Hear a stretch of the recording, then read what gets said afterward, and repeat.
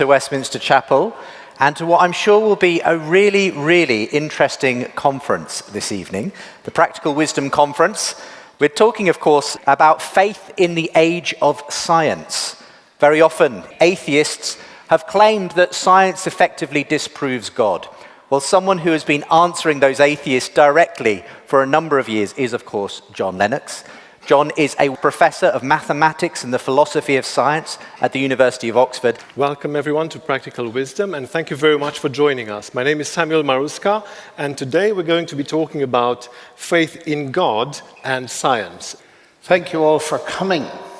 Public discussion on the big ideas is increasingly important as our culture disintegrates by various influences.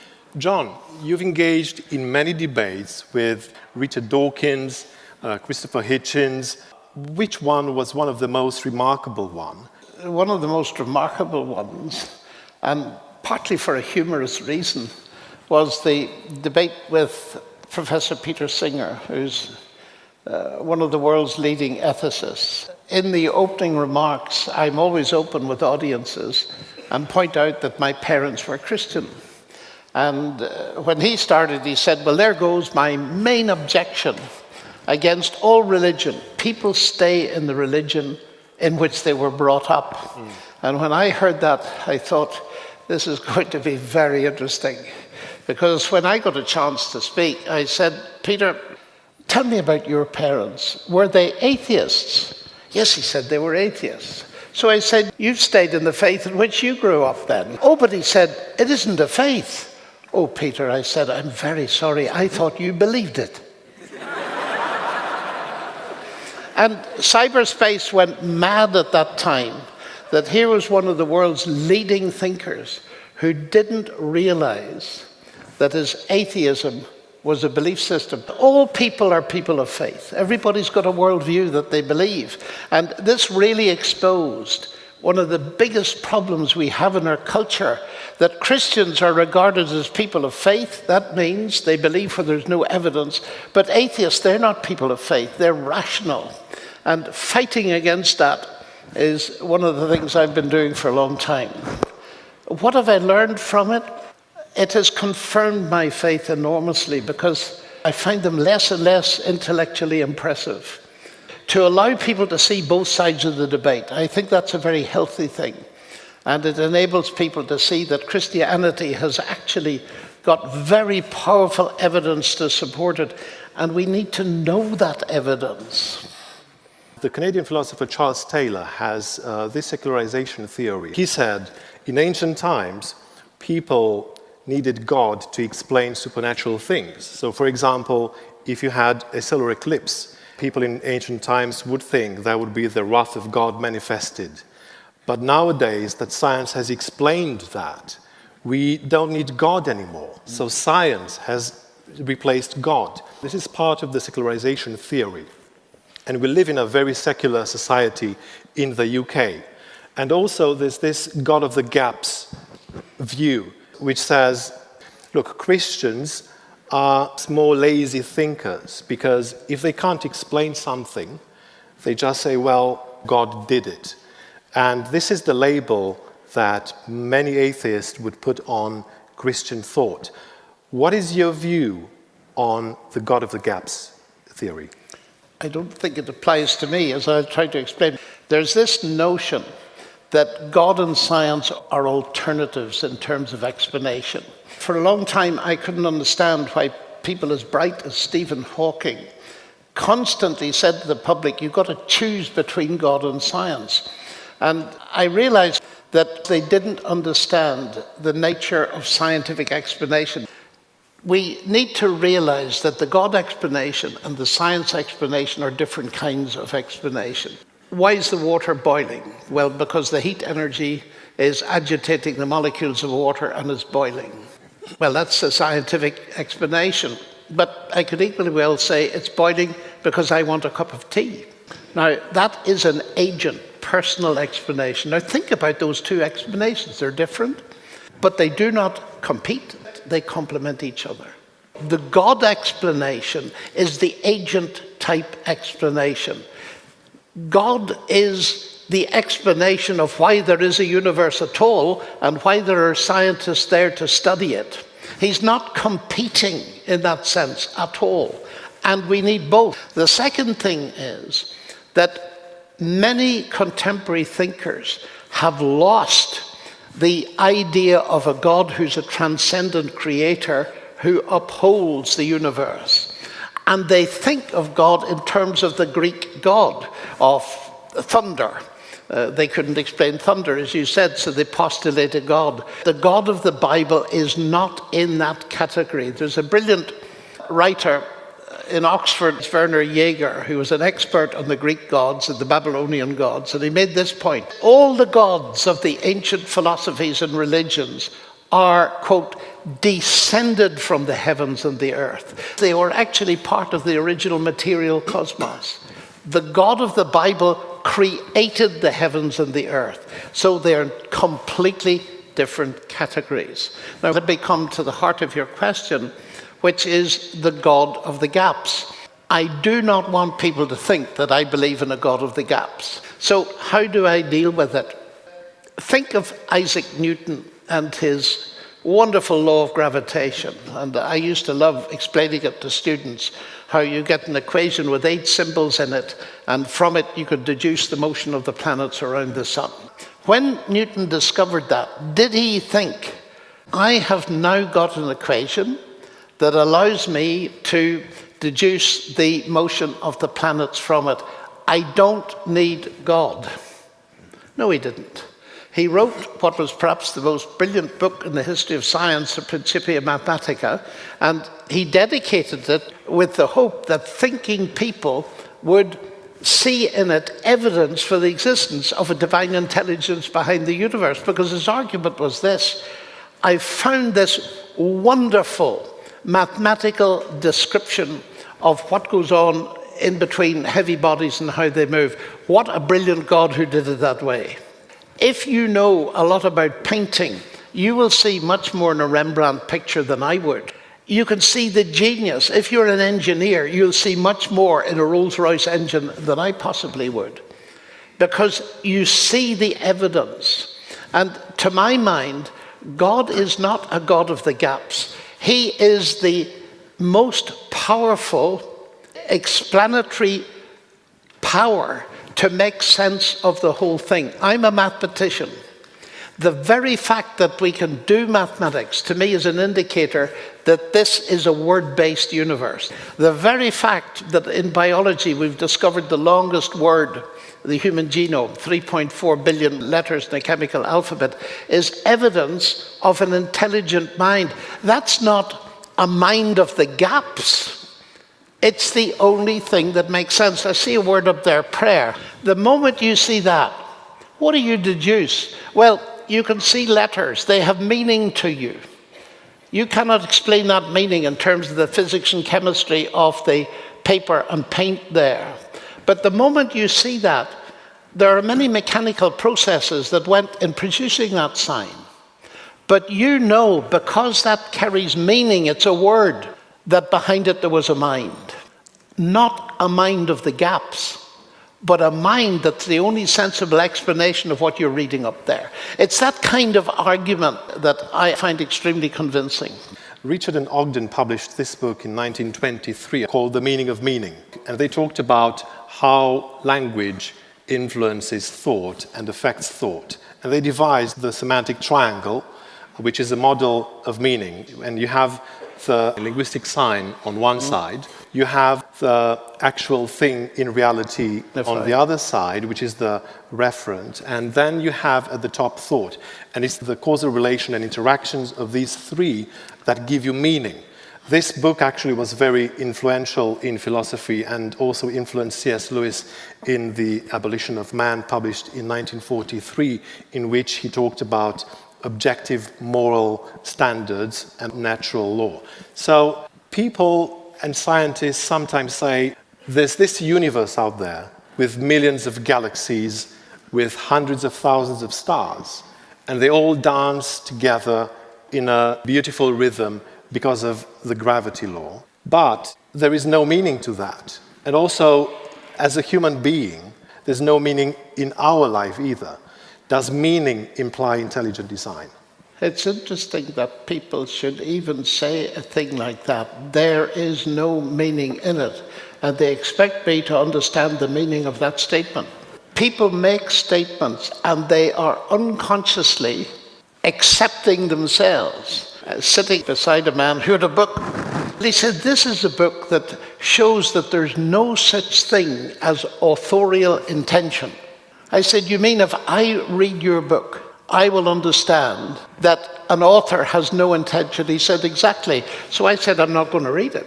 So he said, why not? Well, I said, it must apply to your book as well. He got very angry and he got up and walked out. We never saw him again.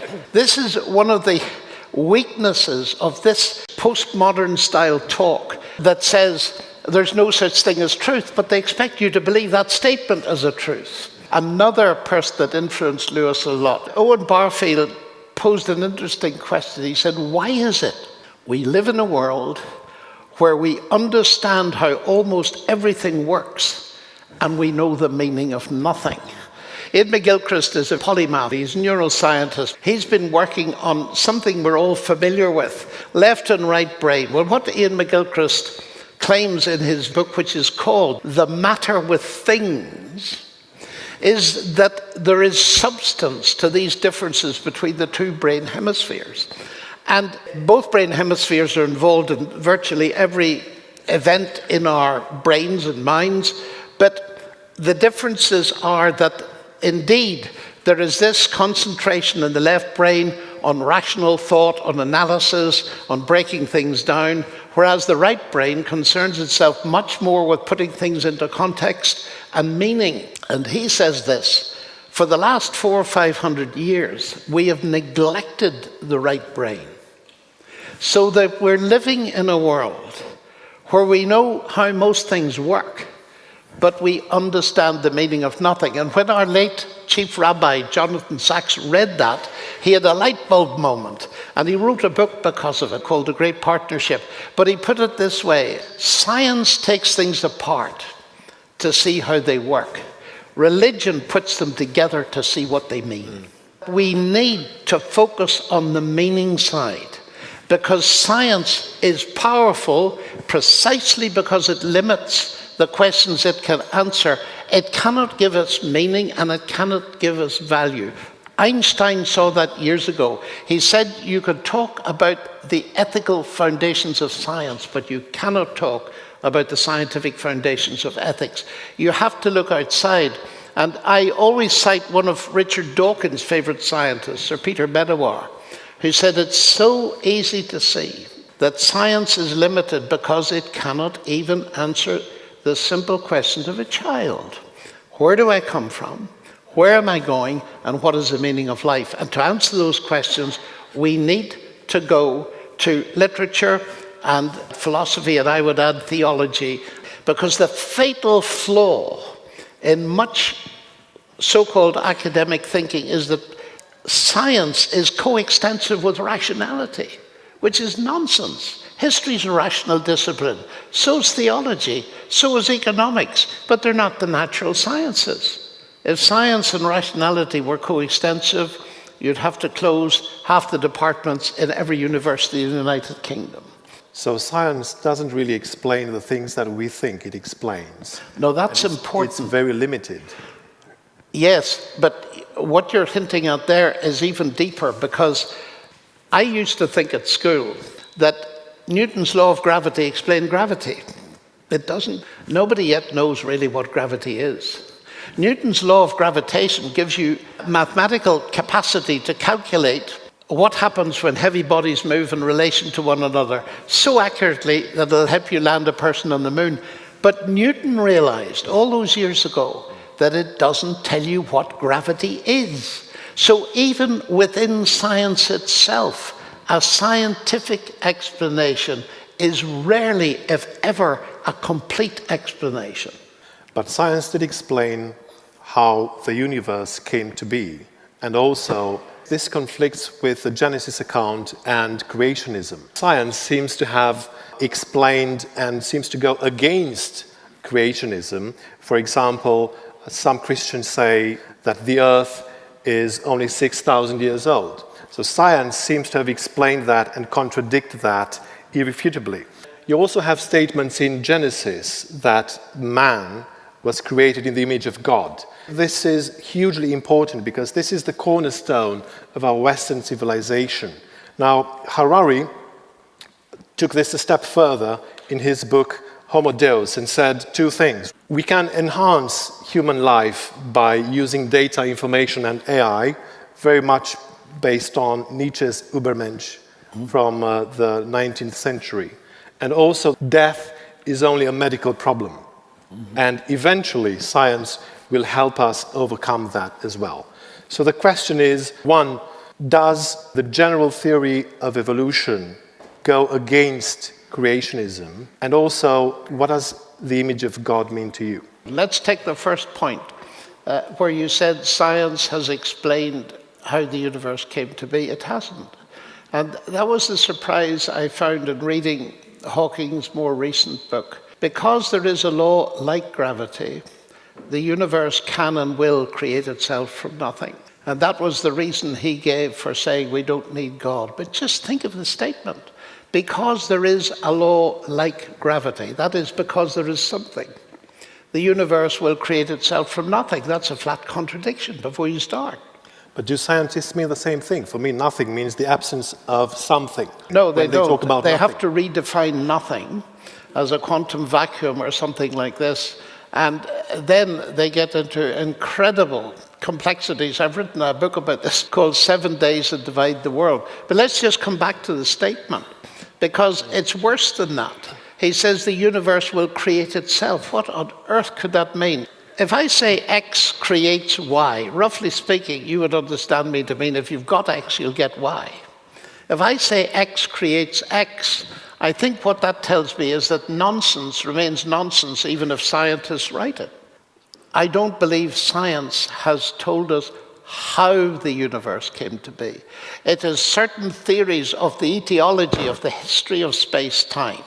And as you say, a long time ago. Second point you mentioned was age of the earth and creationism. A few weeks ago, I was speaking at the speech day in my own school, founded in 1608 by Archbishop Usher, who famously calculated the creation of Adam at 9 o'clock in the morning on the 6th of October, 4004 BC. Now, the word creationism used to mean a person like me who believes in a creator. Now it has been narrowed semantically to mean a person who believes in a young earth theory. Now, let me give you one or two arguments why I'm not convinced of that, mainly for biblical reasons. In the beginning, God created the heavens and the earth. That's how Genesis starts. You then get a sequence of days, the 6 days of creation, and God rest, Sabbath. The interesting thing about that text in Hebrew is that the opening statement is in one past tense in Hebrew, and it changes for the sequence of 6 days. Now, in order to be fair, I consulted the professor of Hebrew at Oxford and the professor at Hebrew in Cambridge, and to my amazement, they give me the same answer. And it's best expressed, I suppose, by Jack Collins, who was the lead Hebrew translator of the ESV, also a trained scientist. He said, this tells you that the first statement in the Bible occurs, quote, at an indefinite period before the second group. So what does the Bible say about the age of the universe? Absolutely nothing, no matter what you believe about the days. In order to satisfy people's curiosity, I have a book, revised edition, 7 Days That Divide the World. Let me come to your last point. Biological evolution, as usually understood by people like Richard Dawkins, is that natural selection, the blind automatic process that Darwin discovered, is the explanation for the existence and variation of all of life. That's a quotation from The Blind Watchmaker, one of his most famous books. Well, the first statement is false, and he took many years to admit it. Evolution, natural selection, cannot account for the existence of life for the most simple of reasons. that natural selection, in order to do anything at all, depends on the existence of life to begin with. So it can't explain it, full stop. The origin of life does not come in to the mandate of biological evolution as normally understood, unless you start to talk about chemical evolution, which is completely different and has nothing to do with selective processes. Secondly, neo-Darwinism, as it now is, the neo adds the mechanism they believe, selection, but these minor changes caused by mutation. Now, number one, it's obvious that selection and mutation do something. Just have a look around this room. Do we all look the same? No. Why? Because there was selection. I bet some of you did some selecting. I did when I saw the lady that became my wife. And that's why our children look like they do, but they're different from everybody else. Selection and mutation do something. And from a Christian perspective, we must see that that is something God has built into the world. As Paul pointed out to the Athenian philosophers, God has made of one every race of human beings. So that's okay. And what Darwin observed were minor variations on the theme. But now comes the problem. Does this selection and mutation mechanism explain all the variation? It has nothing to do with the origin of life, but does it really explain? Does it do the work that's claimed of it? I've got a friend in Oxford who is an absolutely brilliant fellow of the Royal Society, Professor Dennis Noble. And he is really the driving force behind what's called the third wave in biology. And what are they saying now? Neo-Darwinism is not fit for purpose. It needs to be replaced. The wheels are coming off this stuff, but people don't know it. What is going on at the top level in science? The book is called Cosmic Chemistry: Do God and Science Mix? Now, don't misunderstand these people. Many of them feel still that there's going to be a naturalistic solution, a solution that doesn't involve a divine input of any kind. But they're being much more honest now, and the reason is that the levels of information that we know to have been contained in the DNA, the human genome, are now discovered as only a small part of what's going on. And the huge problem is that DNA and all these proteins are dependent on the existence of the cell, but the cell is dependent on them. So you get a classic chicken and egg situation to which there's been no solution. And now scientists are thinking much more in terms of the cell, and the cell is a bewildering complex of factories, micro-miniature. Now, it's not the fact that they contain information that's the problem, it's the nature of the information. And really, it goes back to this. The moment you see that, and it's only 6 letters, you know there's a mind behind it. When it comes to the existence of life itself and all the major modifications, there is increasing evidence that you've got to factor in an intelligent mind in order to get a full explanation. So what you're saying, John, is that science is not the only way to truth, which is actually scientism. But on the flip side, we have fideism. And Kierkegaard, the Danish philosopher, was one of the proponents of this view. And the Bible has a very interesting definition for faith in Hebrews 11:1, which is an assurance about what we do not see. Many atheists would say all faith is blind faith. Yeah. And also some Christians will say we do not enter into the kingdom of heaven by logic. We do that by faith. So the question is, what do you make of Dawkins' statement? It is fashionable to wax apocalyptic about the threat to humanity posed by the AIDS virus, mad cow disease, and many others. But I think that a case can be made that faith is one of the world's great evils, comparable to the smallpox virus, but harder to eradicate. Faith, being belief that isn't based on evidence, is the principal vice of any religion. Is all faith blind faith? Well, no. Dawkins and his co-belligerents have cleverly redefined faith and confused many people. What he is defining as faith is what most people call blind faith. That is simply believing something where there's no evidence. Now, other religions must speak for themselves and philosophies.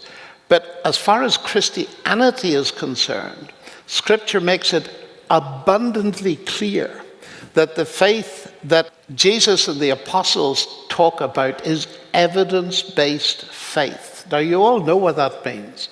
If I asked you why you trusted certain people, you'd say, well, because of this and this. That is, you give me evidence. Why do you believe those facts? Because of this and that evidence. That's the common way to react, because believing without evidence is a very risky thing to do. But let's absolutely anchor this. John, in his gospel, explains why he wrote it. He says, many other signs Jesus did in the presence of his disciples, which are not written in this book. But these are written in order that you might believe that Jesus is the Messiah, the Son of God, and that believing you might have life in his name. This is a basis, a set of evidences on which you can ground your trust. You mentioned sight. We have a philosopher, A.C. Grayling, and he was invited to do, I think it was a guest editorial in New Scientist. And he chose to point out in his article that Jesus requires blind faith. Well, he goes to John 20 and relates the story of Thomas.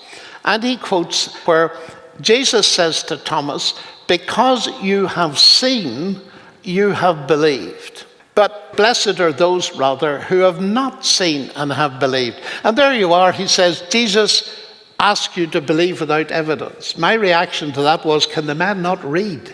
Jesus didn't say, blessed are those that have no evidence and believe. He said, blessed are those that haven't seen. I've never seen Jesus, and nor have you, I suspect. And why do we believe? Have we no evidence? We've got masses of evidence. It's just we don't have the physical evidence of seeing that Thomas had. But seeing is only one of our five senses. And there are all kinds of other evidences, both physical evidences, historical, experimental, and all the rest of it. If he'd read the next few verses, he would have come across what I quoted to you 2 minutes ago. These signs are written that you might believe. Some of our atheist friends will not take evidence seriously because they've made up their minds that if it's Christian, it's faith, and faith is believing where you can't see. I must be fair to your question, Samuel, and come back to Harari. You mentioned his 2 agenda items. 1, to solve the problem of physical death, and 2, essentially produce a superintelligence. This is what's known as transhumanism. And in my own University of Oxford, they are driving this forward. When people come to me and tell me about this wonderful agenda, we're going to solve the problem of physical death, and we're going to enhance human intelligence and give people some form of eternal life, possibly upload their brains onto silicon so that they won't be dependent on biology, which perishes and dies, and all this kind of thing. I simply look at them and say, you're too late. The problem of physical death was solved 20 centuries ago when God raised Jesus from the dead. And that proves that death isn't the end. But it's also solved your other desire. Because Jesus, raised from the dead, is the Son of God. And he was raised from the dead because he died. Why did he die? So that there would be a basis for God to forgive us for the mess we've made of our own lives and those of other people. And if we trust him as Savior and Lord, he promises that he's going to upload us, not simply our brains, but there's going to be a physical resurrection in the last day. So they're too late, but they need to hear that message. David Hume said that in ancient times, people would believe the miracles because they didn't understand natural laws. He also said that miracles are a violation of natural law. The most famous Hume expert that I ever met was Antony Flew, a philosopher, who all his life championed atheism like Richard Dawkins until he came to see that the cell and human DNA was a code, and it spoke of intelligence. And I had an interview with him not long before he died, and I asked him, I said, what about David Hume and miracles? He said, I was wrong. And he made one of the most humble statements I've ever heard from an academic. He said, my books were wrong. I'd have to rewrite them, and I'm never going to have the chance. Miracles, violations of the laws of nature, that's where the confusion lies. Law has two meanings. They're the laws of nature. They are our descriptions, often in mathematics, of what normally happens. The apple dropped falls towards the center of the earth, as Newton pointed out. The planets revolve around the sun in elliptical axes. But then there are laws that say you must not drive in inner London without paying a congestion charge. And if you don't pay it, you're going to get clobbered. That's a different kind of law. They get totally confused. Now, Lewis tells this illustration. Here I am, I stay in London overnight, and I put £50 in the drawer, night one. Night two, I put another 50 in, so that's £100. I'm leaving on day three, I get up in the morning, and I find a £10 note in the drawer. So what do I conclude? That the laws of arithmetic have been broken, or the laws of England? I conclude the laws of England have been broken. How do I know that? Because the laws of arithmetic have not been broken. It's the fact that the laws of arithmetic hold that tell me that somebody's put their hand in to what I thought was a closed system of cause and effect, but it turned out not to be, so a thief could put their hand in. So that has helped me enormously, because it really knocks Hume right out of the ballpark. It shows that the confusion lies in the nature of our concept of law. The laws of nature are not like the laws of England. Now, here's the slightly ironic thing. In order to recognize a miracle, and the word miracle is slightly unfortunate because it's Latin, miraculum is a wonder. What we're talking about is supernatural events that give evidence that there is a supernature. It's not simply that Jesus rose as if it came from inside the grave. It's God raised him from the dead. If I pick this up and drop it, the law of gravitation will tell me it falls towards the center of the earth. That will not stop Samuel catching it. He can intervene and stop it. And it doesn't break the law of gravity. It changes the configuration of the situation. So, at the larger level, God created a universe with regularities in it. If he hadn't done it that way, you wouldn't have been able to recognize a miracle if you saw one. If we didn't know that dead bodies normally remain dead, we wouldn't be the least bit surprised by resurrection. And it answers another thing of Hume's. Hume said that in those days, people didn't know the laws of nature, didn't they? When Joseph was told by his fiancée that she was pregnant, he didn't know where babies came from, did he? So he believed her. No, he didn't, because he knew exactly where they came from. And we read that because he was a righteous man, he wanted to divorce her quietly, because he knew exactly what the law of nature was. And it took a special intervention of God saying, Joseph, this is okay.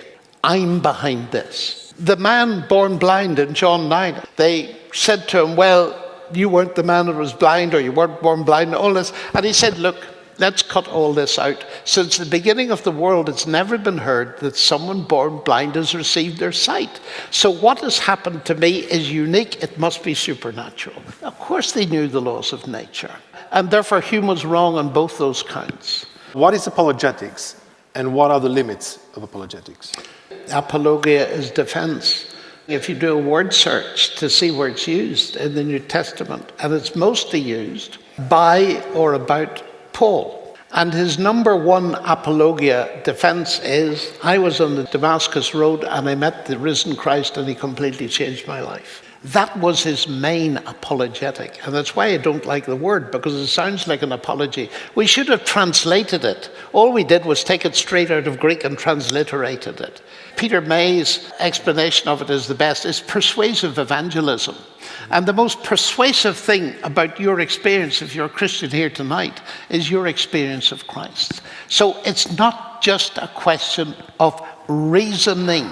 Reason and faith are not in opposition. You need reason even to read the Bible. People get very confused about it. And one of the reasons for that confusion is they call me an apologist. I don't like that. I try to persuade people and I use argument. But the key to the effectiveness of that is that when Paul stood up and reasoned in Athens and reasoned everywhere else, and the Lord did it all the time, Paul was using his abilities, but he wasn't trusting them.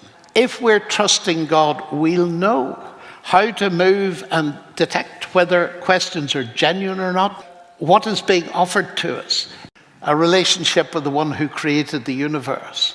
Always, said Peter, be ready to give an answer to people, an apologia to people. Justin Briley wrote a brilliant book called The Surprising Rebirth of Belief in God. And his main argument is that the new atheism wave is actually gone now, and it's failed. And there's a lot of evidence to support that, actually. And there's a new conversation coming on with new questions being asked. For example, what is the meaning of life? What is my identity? Now, at the same time, we all know that Christianity, according to the last census, is declining in Western Europe. How do you reconcile the two views? And do you think there's a new wave of intellectuals, perhaps, as Justin mentions, people like Jordan Peterson, Louise Perry, Tom Holland, and others who not only agree that Europe was based on Christianity, but they also acknowledge the social value of Christianity? How do you reconcile these two views? I think he's right that the new atheism is waning, and it's a belligerent kind of atheism that is dropped. There's another kind of vicious atheism that is keeping people imprisoned in Xinjiang in China. And questions of meaning and identity are coming up to the fore in the population and young people. People want to have some kind of identity. That's a pressure coming in one direction.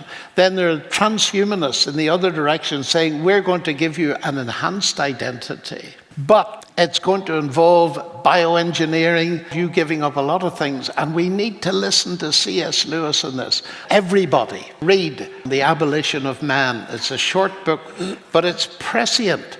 And Lewis saw in that book and in his science fiction novel, That Hideous Strength, that if a group of scientists get the capacity to modify human identity, what they will produce are not human beings in the image of God, but artifacts. And he has got this chilling statement: the final triumph of man will be the abolition of man. There's a disproportionate number of people driving it who are very strongly convinced of the atheist worldview. It's not worldview neutral. It's wonderful that we have young people around who are communicating the gospel in a way that's got street credibility because it's bringing young people meaning. And we need to encourage people like that and develop their ability.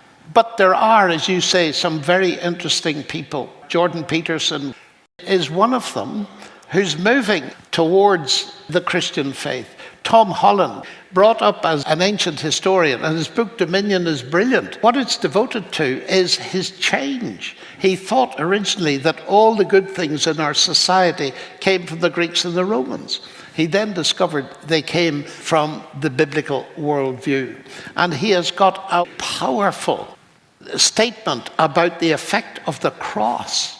There are a number of public intellectuals who seem to be moving towards a full confession of the Christian faith.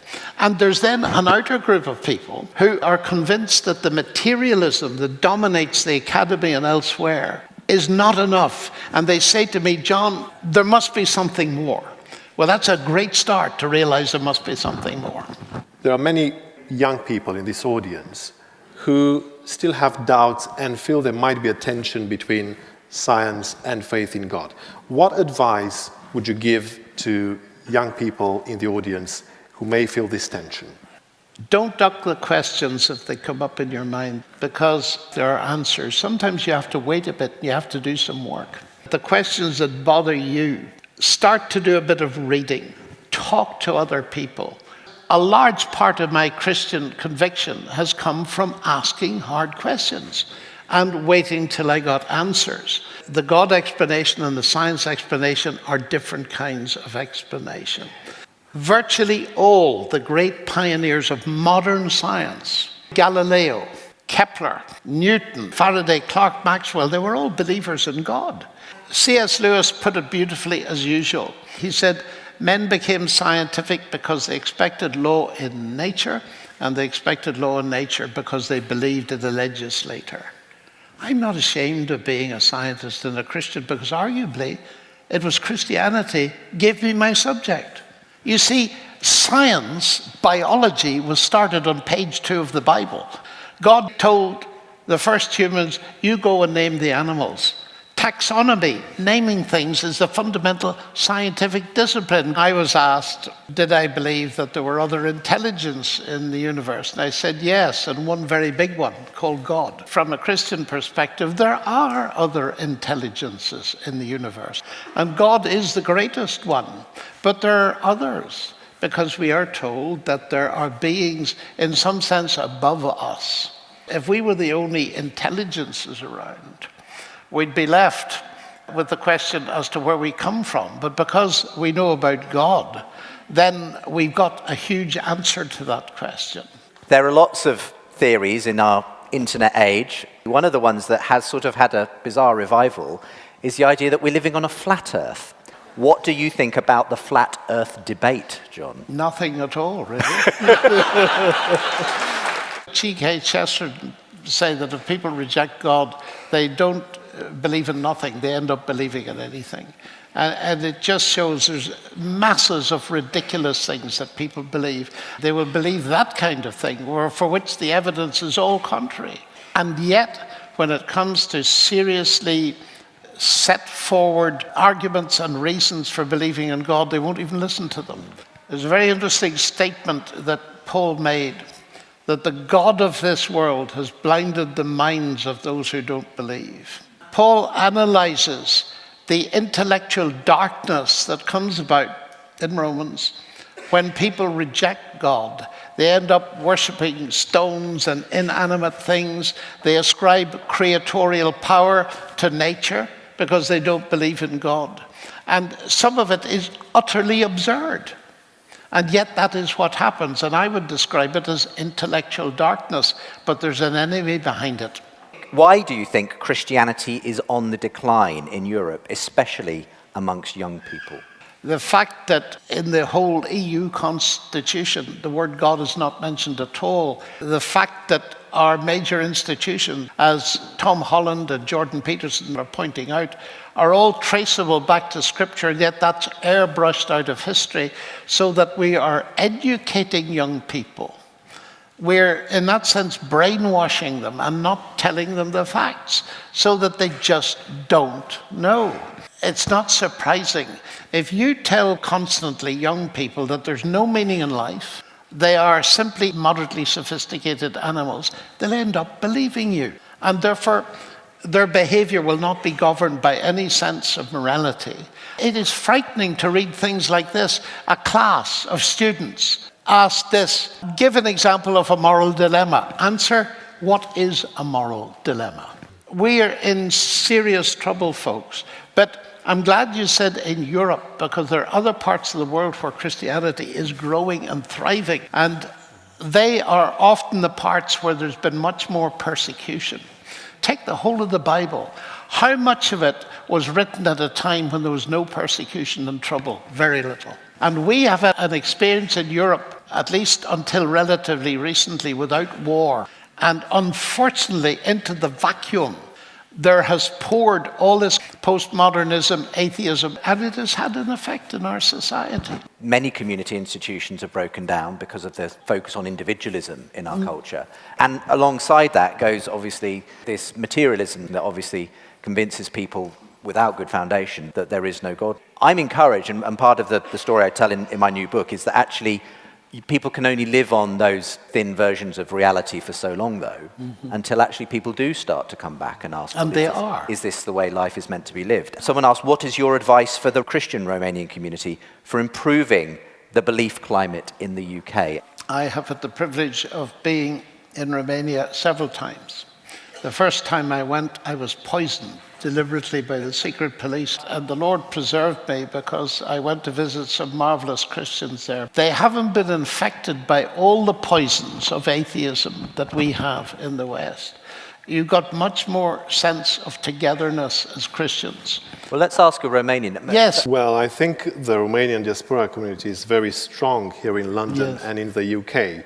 And I think one of the reasons that Romanians believe in God and keep their faith, although they live in a very secularized society and culture, is because of communism.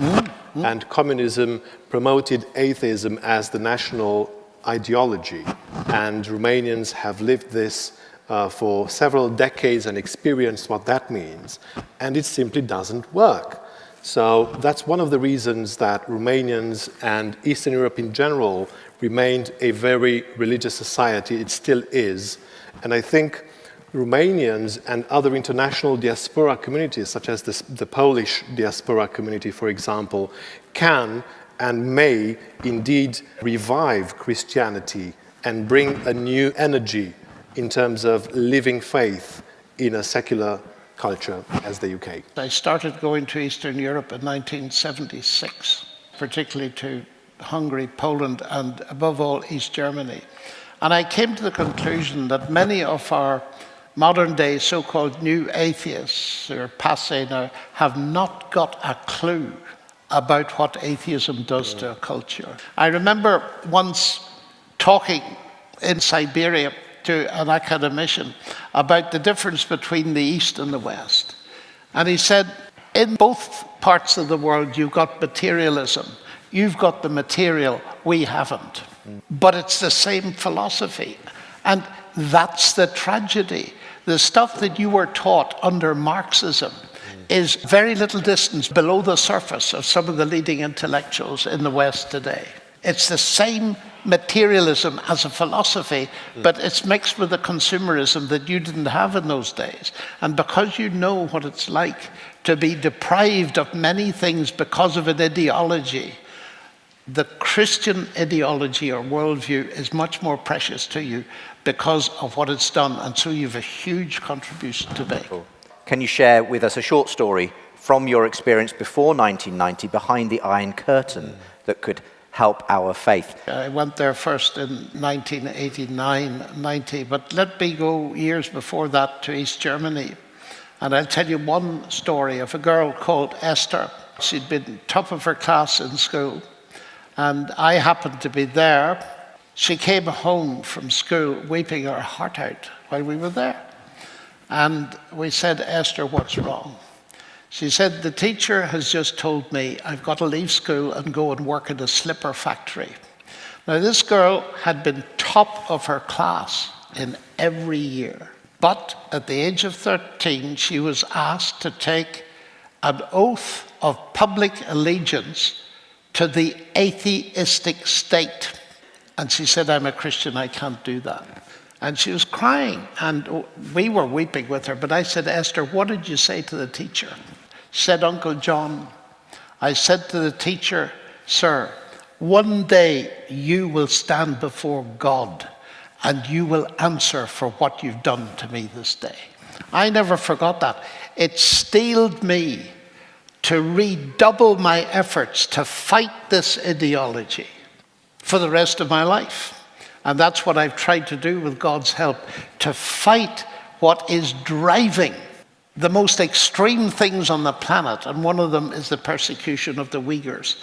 All this kind of stuff comes from not a rejection of God, but a hatred of God.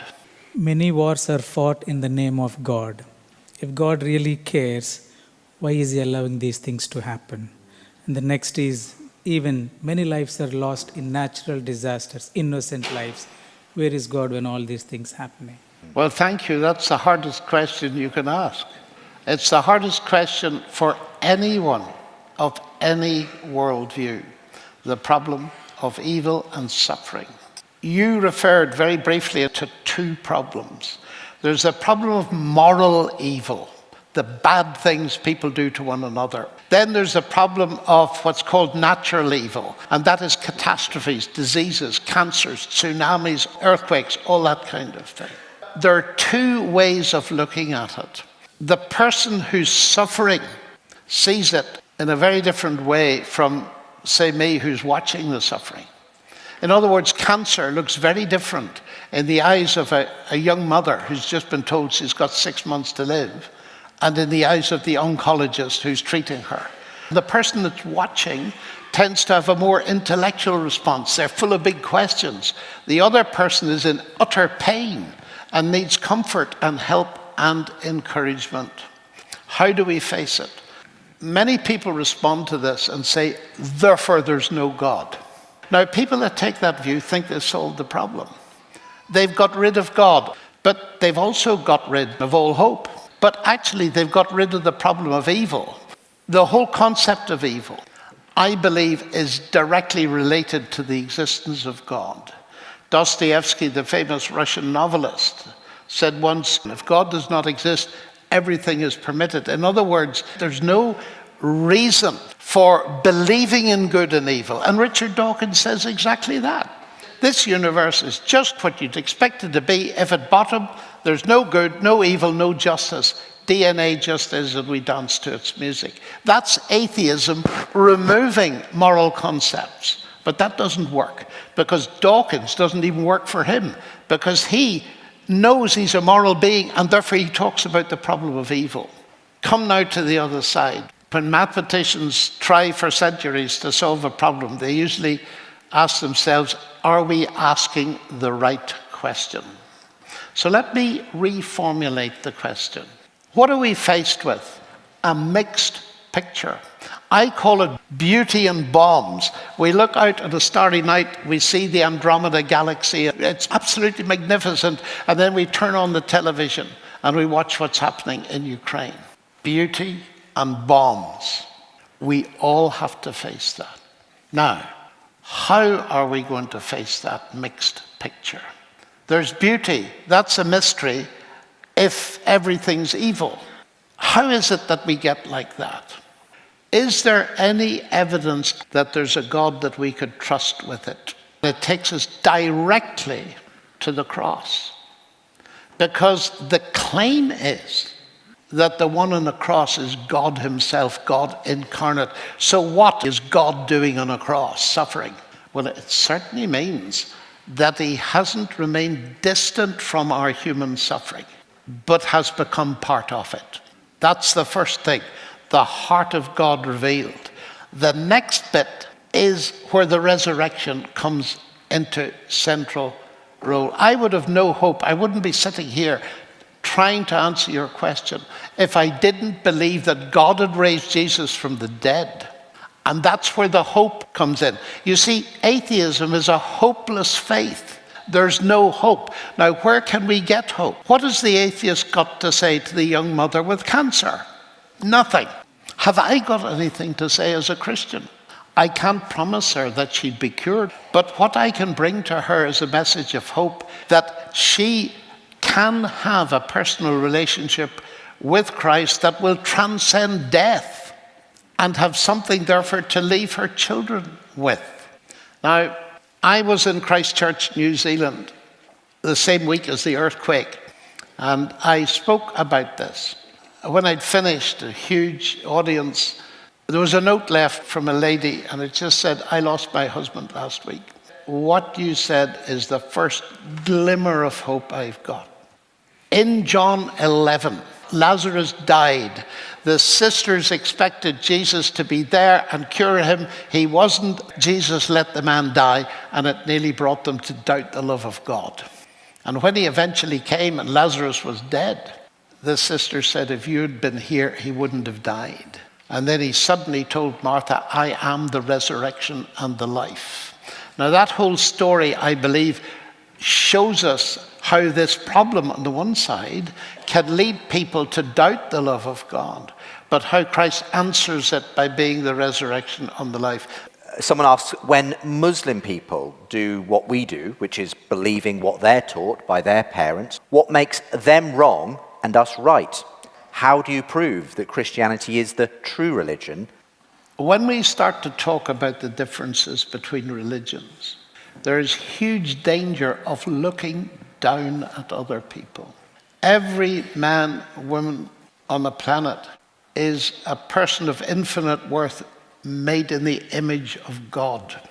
And often you'll find that in essence the differences between religions are not moral differences. They are differences in what people believe about how you relate to God. And you will find that many of our Muslim friends and Hindu friends and others have a strong moral code. Why is that? It's because they're made in the image of God. They're moral beings. And Scripture tells us clearly that pagans can sometimes put professed believers in God to shame. Abraham in particular, the father of faith, and a pagan Egyptian pharaoh had a higher moral standard than he did. The moment you start to critique, people think you are assuming you're better than they are morally. We're not. Christians have been caught out in all kinds of things. So we need to be very careful that we first recognize that the people we're talking about are made in the image of God and therefore have infinite value. Now, once we've said that, we can now come to the next question. Let me take the three great monotheistic religions: Judaism, Christianity, and Islam. What is central to Christianity? Think of Jesus. My Jewish friends believe that he died and didn't rise. My Muslim friends believe he didn't die. I believe he died and rose. Those three things cannot be simultaneously correct. And when I find I talk about this in public, my Jewish and Muslim friends are nodding. They agree. They just do not agree on what is central. Now, how are you going to decide it? Well, I know of no other way on a matter of evidence. People often say to me, you know, you're a scientist and you talk about evidence for God, the universe, and all that's marvelous, but you're a Christian. How do you bridge the gap between belief in God as the God of the universe and a specifically Christian message? The heart of Christianity is rather different from what many people expect. And if I am to explain that, I often ask people, first of all, tell me what a religion is. You've got a ceremony at the beginning, some sort of initiation that puts you on a path. And I usually draw a wavy line, ups and downs. And you stay on the path, the sixfold path or whatever it is, and you've got various people to help you, priests, gurus, imams. And then you come to a gate at the end. And at the end, you're faced with an assessment of your behavior and your deeds up to that point. And if you pass the grade, you get accepted into whatever it is, nirvana, heaven. And most people will tell me that is what we believe. And I say, perhaps the best way to think about it is like a university course. You have an entrance, and then you study at the university. The professors may be the best in the world, but they cannot guarantee you a degree. Because the whole principle is you get a degree on the basis of your merit. And if you don't earn it, merit it, you don't get it. Yes? And many people say, yes, that is religion. Well, I said, you see, that isn't Christianity. You pile up your good deeds, you try and please God, and you hope in the end that he won't take his law too seriously and will let you in. The acceptance is not at the end of the journey of the judgment. It's at the beginning of the journey at the cross. Now, this is utterly revolutionary. In that sense, Christianity is not a religion. It certainly has a path and a way, but the path follows acceptance. It doesn't come before it. Because the unique thing about Christianity is that at the very beginning, what Jesus offers me is that if I repent, that is, turn away from the mess I've made of life and maybe other people's lives, sadly, and trust him as Savior and Lord who died for me, then he will give me right then the acceptance. Let me give you an illustration. 56 years ago now nearly, I met a girl and I said, Sally, I'd like you to be my wife. Now, here's a present. So she opened it and it was a cookbook. I said, read page 153. Apple cake. Thou shalt take so much flour. Thou shalt take so much sugar. Thou shalt put it in the oven and bake it, and so on. Now I said, my dear, I would like you to take this book, and if you keep these rules for the next 40 years, then I will accept you. Otherwise, you can go back to your mother. Why are you laughing, folks? That is how millions of people think about God. You would never insult a fellow human being by making acceptance dependent on their performance. Do you think God does that? But she's not cooking to earn my affection. She's cooking because she's got it. Christianity does not compete with any other religion because Jesus offers me something none of them offer me. So it's a no-brainer here to accept from him something that nobody else offers me. Nobody else offers me forgiveness on such terms and acceptance and love at the very beginning and a relationship. And that's the reason I'm a Christian. Thank you.